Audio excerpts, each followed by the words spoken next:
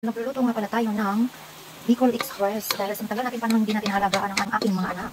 Ayan, tayo nga pala magluluto ng Bicol Express for them. Kasi paborito daw nila, narinig ko na paborito daw nila ang Bicol Express. Ayan guys, iginisa ko na muna yung ating medyo hindi pa puno yung ano guys. Yung ating baboy. Pero don't you worry kasi atin niyang gagawa ng atin mo nang ipapasipsip ang ating sabaw dito bago natin lagyan ng gata para maging Bicol Express na siya.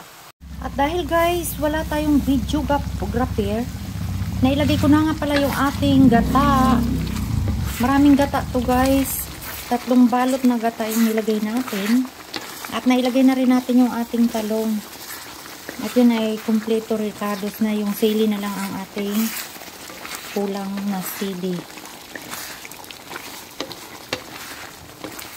Hindi natin siya lalagyan ng maraming sili dahil ang ating mga anak ay baka hindi nagustuhan ang siling marami.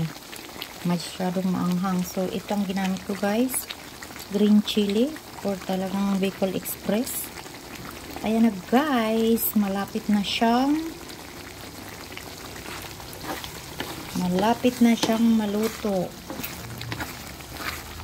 Ayan ang ating Bicol Express na may sabaw-sabaw. Pero papasipsip muna natin yung sabaw hanggang sa maluto yung ating talong. Ayan guys. Ito yung pinakamasarap na Bicol Express ever. At ayan na nga ang ating Bicol Express. Almost done na guys. Let's eat everyone. Ayan na guys. Ang talong ay hindi pa masyadong luto. Hintayin muna nating maluto ang talong. Ayan na guys, luto na ang ating Bicol Express. Ayan. Manganta mo na guys. Subukan na natin ang ating nilutong masarap.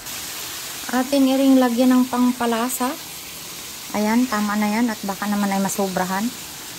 Ayan guys. Lagyan natin ng pangpalasa at atin ang halo-haloin. Nalimutan ko palang lagyan ng ay mauubusan na ng sabaw. Lagyan natin ng konting asin at medyo matabang ang ating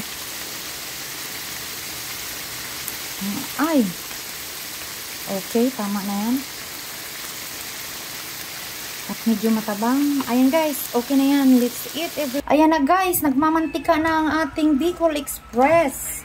Woohoo! This is nice. Ayan guys. Sana dumating na si kuya. Ayan guys. Tayo ay magsasandok na ng kanin at tayo ay kakain na. Ayan everyone. Wait. Oh, yung ano mo.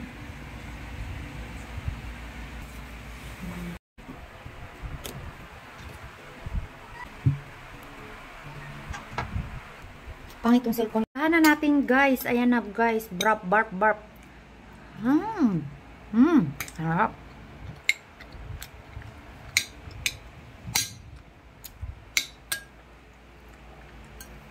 Kain na kayo guys. Let's eat everyone.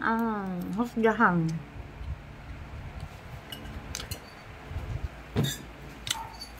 Ayan guys. Thank you everyone. Ang sarap ng aming ulam. Bicol Express. Bye. Thank you for watching. Please like and comment. Bye. Thank you.